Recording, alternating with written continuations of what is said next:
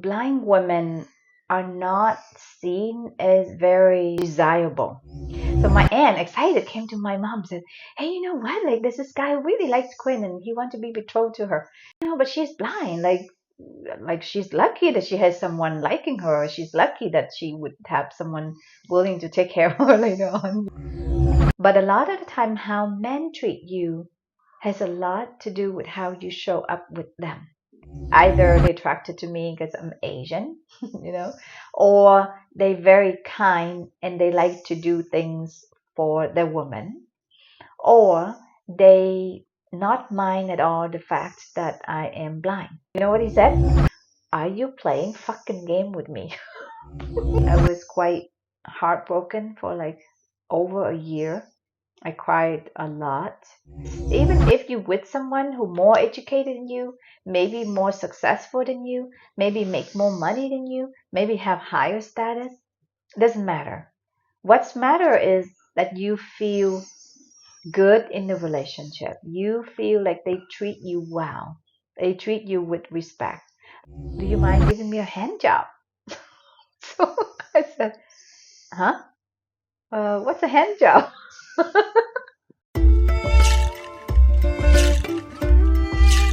Hello, everyone. Welcome back to Inter-Bliss. This is Quyn. And hence, And today I thought I'm going to share with you my dating adventures and stories as a blind woman.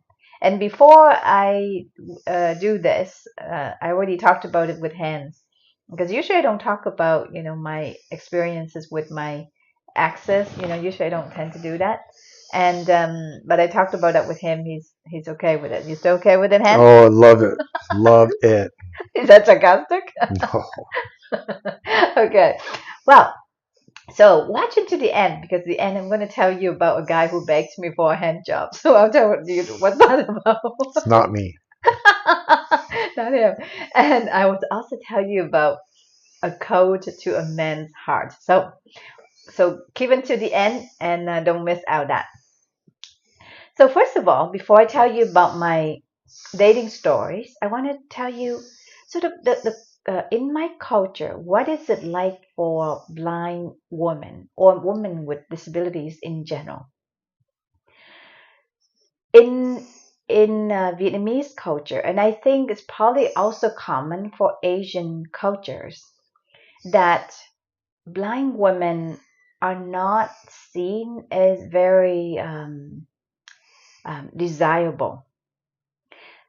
Like in Vietnam, I've never seen a blind woman being happy in a relationship where she's treated well. And even being in Canada, a lot of my friends, they they not being treated well. Either that or they have very mediocre relationships. And I have seen this even among um, blind women who are not Asian, so even Canadians as well. A lot of time women would feel quite disempowered, and I think partly because they're not confident, they doubt themselves, and partly maybe because they're not as conscious about choosing their partners, their husbands, their spouses. I'm not sure, right? Different factors. And it's even when I took anthropology in McMaster, they also talked about this phenomenon as well. The same thing in African cultures as well, right? So men with disabilities, actually they have more luck to find good wives, which is interesting because you would think that they would be more emasculated, men with disabilities. But I think because women in general are more likely to be empathetic, you know, um, for men, more luck. For women, not so much. So let me give you an example. So when I was in the refugee camp, I was about 12, 13. There was a guy that I ran into. I didn't even know him, but I guess he started to have a crush on me. So he talked to my aunt. Instead of going to my mom, he talked to my aunt. And he said, I'm wondering if I can get betrothed to your niece. So at the time, he was about 19 or something, which is kind of creepy, right? I was 12, 13. So being betrothed in Vietnam would mean the kind of like having a promise. You don't actually have to date, you don't have to be uh, physically involved or anything like that. But like when you reach a certain age, then you can get married to the person. So my aunt, excited, came to my mom and said, "Hey, you know what? Like, there's this guy who really likes Quinn and he wants to be betrothed to her." And my mom said, "No way." I want my daughter to choose her spouse, her partner, herself later, not now. My aunt said, "Well, but she's blind. Like she's lucky that she has someone liking her. Or she's lucky that she would have someone willing to take care of her later on." So that's the message that I grew up with. So then, fast forward, my first relationship in high school was with a blind guy, and he was very good to me. He would, write poems and write songs about me. He was 3 years older. He was also an immigrant. He was an immigrant from Ireland.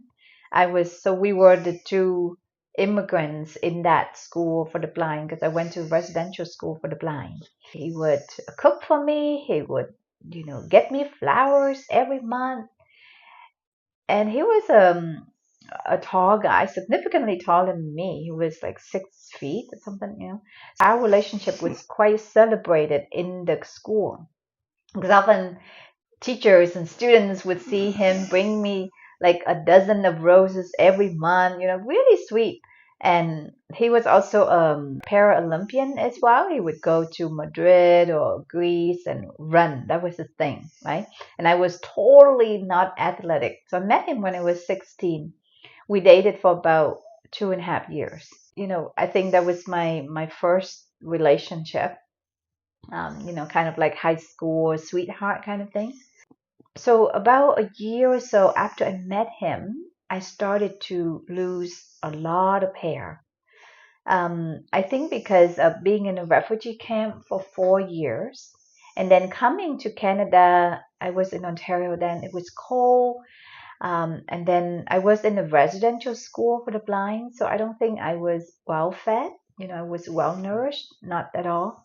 And because the food not only wasn't it good, it was also Western food that I had to learn to like. But it was a bad version of Western food. A lot of processed food, a lot of yeah, not really high quality food. Things. I remember being hungry a lot. But anyway, so when I was about 17 or so, I lost like probably half of my hair. And at the time, my hair was my identity. I had long, silky, black hair that went down my waist, and I thought, what's wrong with me? Like, am I having cancer or something? But they couldn't find anything wrong. Right? So around that time, he started to go to university, and then me having hair loss, and then he was he was a kind of guy that really got along with women, you know, and so I started to feel quite insecure, and I think the relationship started to kind of go downhill then.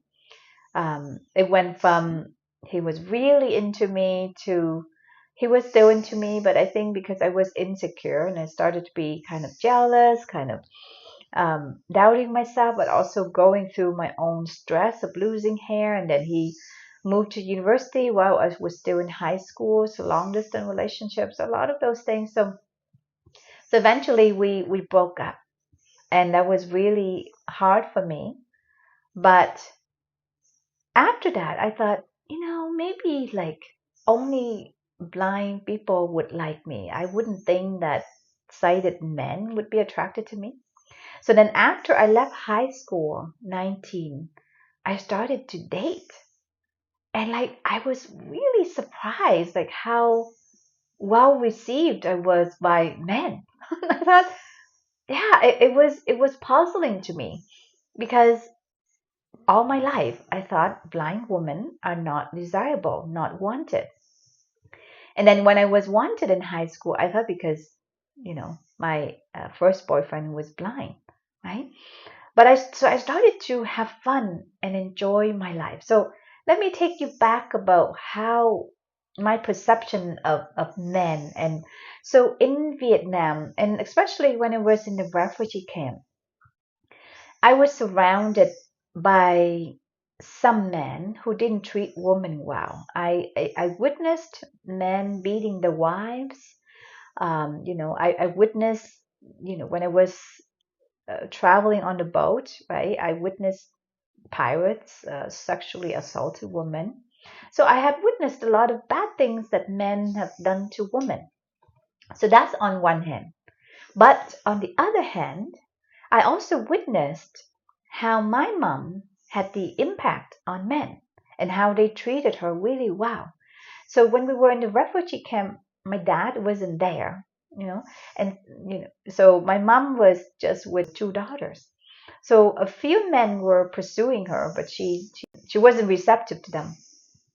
But there was also another set of men that were a lot younger than her. So she was in her early 30s, right? And then those young men were about 18, 19. So they saw her as a sister, and she would cook for them, but they would do things for us. They would protect us. They would be kind to us. They would play cards with us, and they would do things for me. It was a really good community. So I saw the differences between men who are kind and good to women and men who are kind of like, what do you call it, misogynist, right? Okay. Yeah, like men who did not like women and sexualized women. So like two very different ends. So I seeing my mom how she interacted with men and how they treated her and treated us, I understood that yes, some men are really bad, but a lot of the time how men treat you has a lot to do with how you show up with them.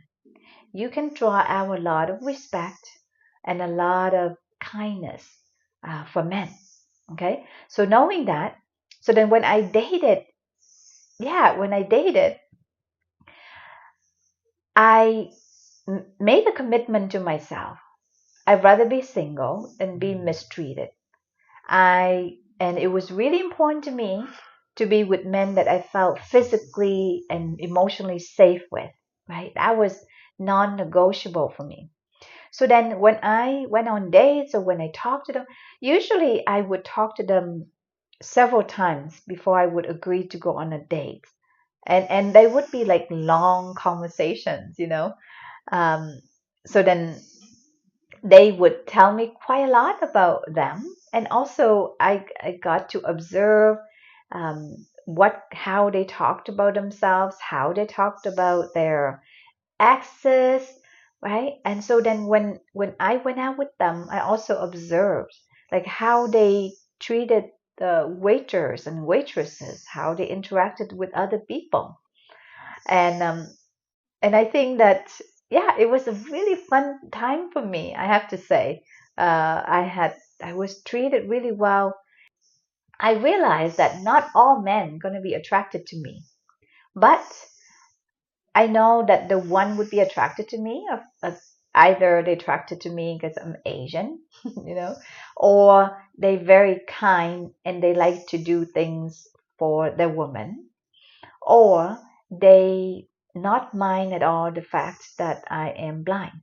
So that means that usually by the time I meet with someone, I already know that they would be really kind. And so either um, I didn't like them enough, or they didn't like me enough, and so we sort of didn't continue.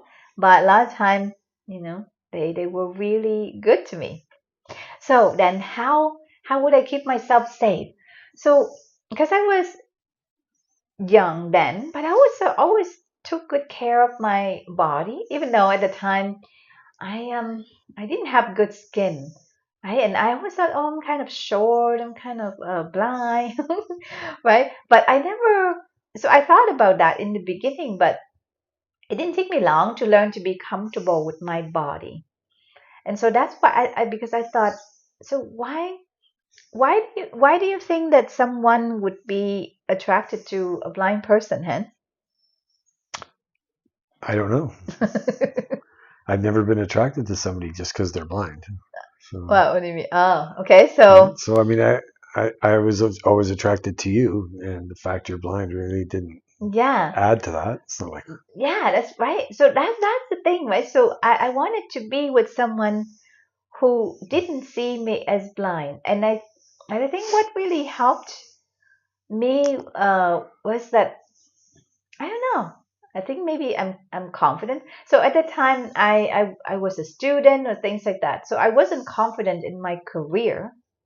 But in terms of in love life, I have to say that I was confident. Um, Not in the sense that I thought that I was the most beautiful woman or anything like that. It was more in the sense I'm only going to be with people who treat me well. I'm only going to be with someone who respect me, right? And so I think that, so deep down, I think there was that self-worth that maybe I got from my mom, maybe I got from, being loved, being treated well from my family for the most part. No one is perfect, right? So it was really easy for me to notice red flags, right? So I remember one time I talked to this guy. He was okay. He was nice. And he was teaching in McMaster, so educated, right? We talked for a while, but there's something about that guy I didn't quite feel comfortable, and I couldn't quite put my finger on it because we talked and he was kind enough. But I remember one of the times we went out and he kind of like bumped me into things, um, which is okay, which is kind of, it's not the end of the world, but it's a little bit, usually to me, that's a yellow flag because that means he's not paying attention. He's not attentive enough. One day we was going to have a date and he was going to cook. And I was young then. Instead of saying, I don't think I'm attracted to you, or maybe find a way to tell him, I kind of canceled the date on him. Oh my goodness. So you know what he said?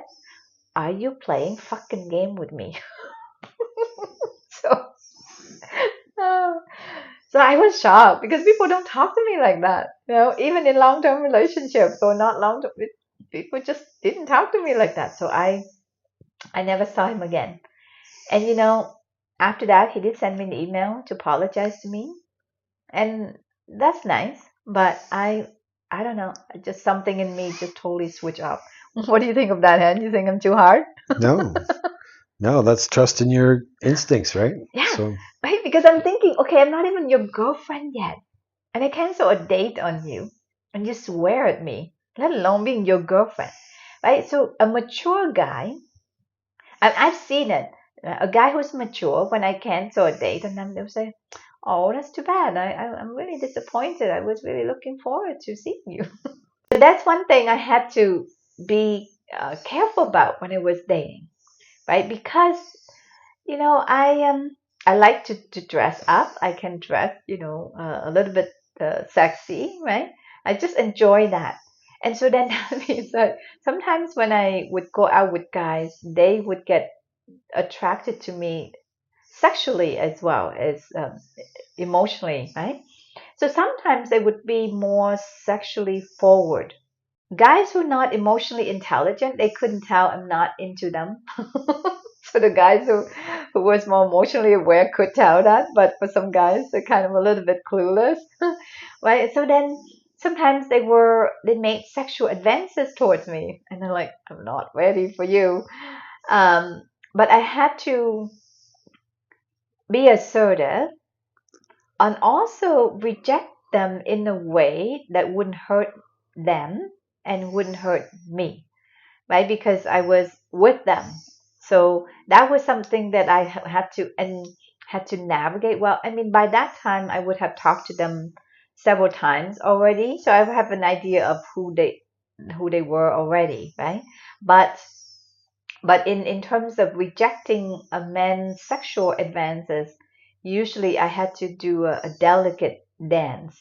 But for the most part, it was good. Like I'd never been mistreated sexually, or never been forced that way. And thinking back, like, oh man, I'm so lucky. Don't you think, Hans?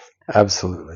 Yeah, right. Like I work with some clients who talk about meeting some guys who not, treating them well, who might be sexually rough with them. Like yeah, I think it's partially because I was really careful and I observed, and that's one thing I wouldn't do. Partially because I don't enjoy drinking. I don't enjoy alcohol at all. So that means that when I went on dates, I was sober. And I think being sober really helped me to be present, to notice things, right? So that I don't continue with men that I didn't have a good feeling. My second long-term relationship was with this man. And so usually when I decide to be in long-term relationship with someone, usually that means they're really good to me. Yeah, like they really kind, very patient, gentle. He was quite way more educated than I was. I was a student in McMaster, and he had a PhD in University of, I think, University of Berkeley in California, something like that. Yeah, so I think he came from a bit of a privileged background, I think. But he was really helpful to me. Like when I was in McMaster, I took like calculus, biology, neuroscience, statistics, those things, very visual. And if it weren't for him, I think I would have a really hard time. So he helped me out a lot academically. At the time, I wasn't very confident in other areas of my life, like say friendships or um, certainly career, because I was just a student. But I just remember, even though he was really smart, I never felt stupid. I never felt less than. And we were together for 6 years. And with his help, and also I got some tutoring too. I yeah, I was able to be in on the dean's honor list in McMaster, and so that was really cool. But as good as he was to me, and he really helped with my self-esteem, there was some serious character flaws that I could not overlook. Now, up until I met Hans, I never thought of marrying anyone. That's one thing I just didn't want to do. Because in my growing up, I saw a lot of like women being trapped, being mistreated in marriages. So I just didn't want myself to be trapped. I saw a marriage as a trap. So I never thought of marrying anyone. So in that sense, then how I chose a guy may be a little bit less particular in terms of certain things. Certain things I could overlook, but maybe not as a husband. I couldn't overlook those things. So there were times when I knew I had to break up with him, but I had a hard time because I think we had a little bit of a codependent relationship. He was really good to me. We had a really close relationship. We talked a lot. We had a passionate relationship too. So whenever I tried to break up, he would like beg me to stay, and so that was really hard. But in the end, I decided to moved to BC, and that was the end, right? Because he was very risk averse. So, but also, his situation. So there was no way that he would move out here. And moving out here to BC, I knew that would be the end. So instead of applying for a university in Ontario, I decided to apply for a university in BC. And so, yeah, so when we ended that was really hard for me. I think when I moved to BC, I was quite heartbroken for like over a year. I cried a lot. But also moving to BC was very hard too. I mean, I was in the master's program taking counseling. That was tough at that time. And then living in another province, that was also tough. There's not a lot of support here for people with disabilities, I have to say, compared to Ontario. So there was a lot of things going on. So I remember feeling really disheartened, very sad. And, in my counseling program, we had to practice like role play counseling. And I remember I cried a lot. But within several months, I met another guy.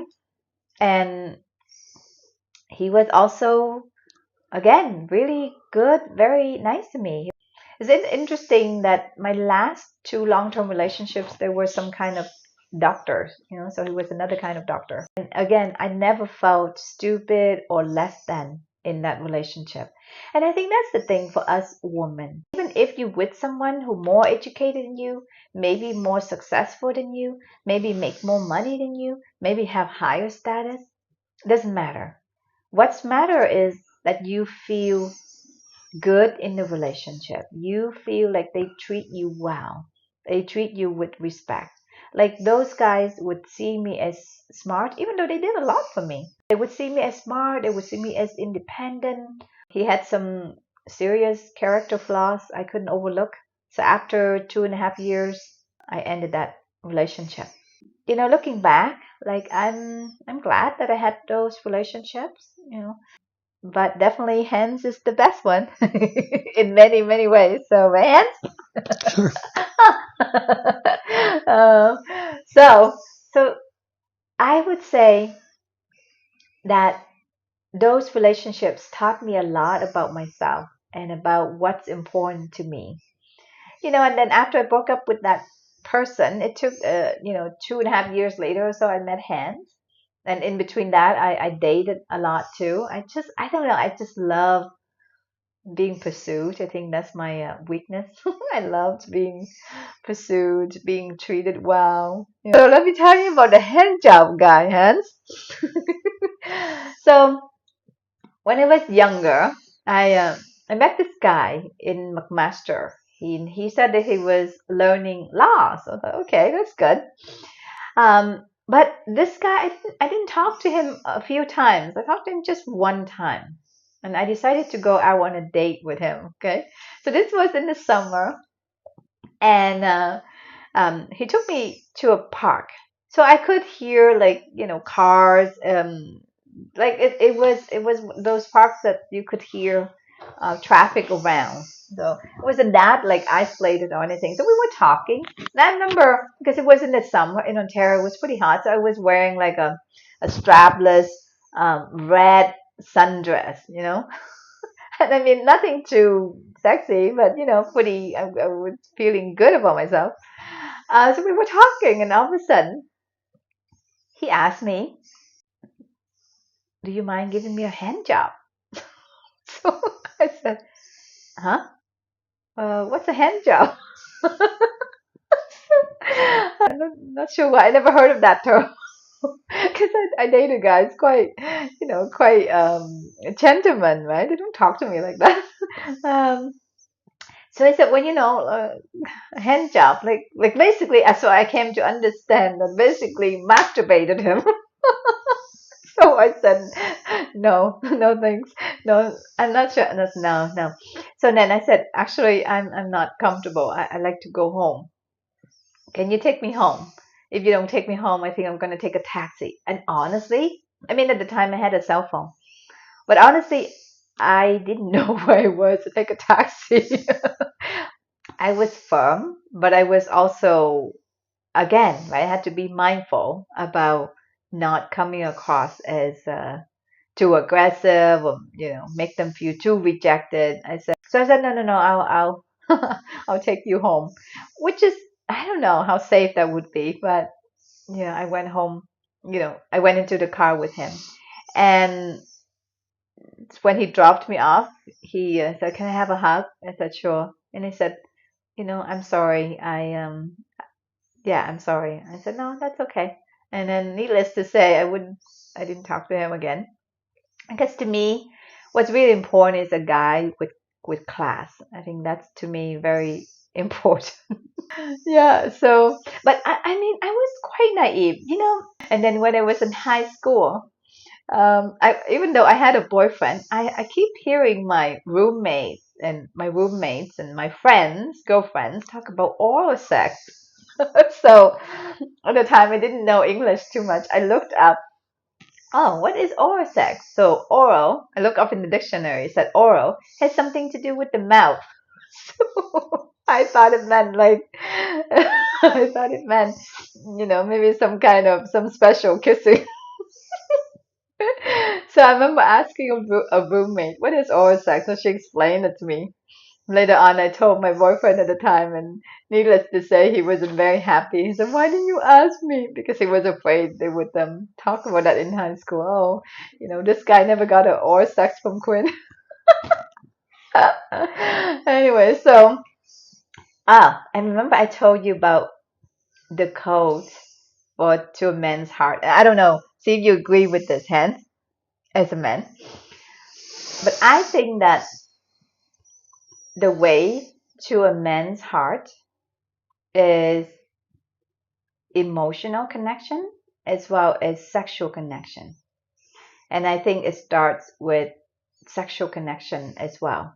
Because when you sexually connected to a man, you get him to be closer to you. And they say that through sex, men get connected emotionally more.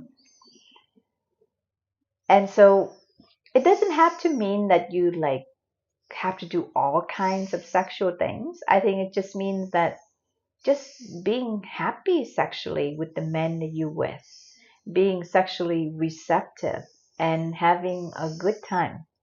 So what do you think of that? Do you agree with that, Hen? Sure. What's that mean? Sure. How can you not agree with that? That makes sense. Yeah, how does it make sense to you? Like, would you, if you don't have good sex with someone, would you feel close to them? I don't know what you mean by good sex, but yeah, Well, I like if you think don't so. feel good sexually with a woman, what would that do to the emotional connection you have with them? Probably I don't know how it would affect that connection. But it depends what you mean by bad sex, It's like a physical problem or is there emotional distancing problem? Like Yeah. what makes the sex bad?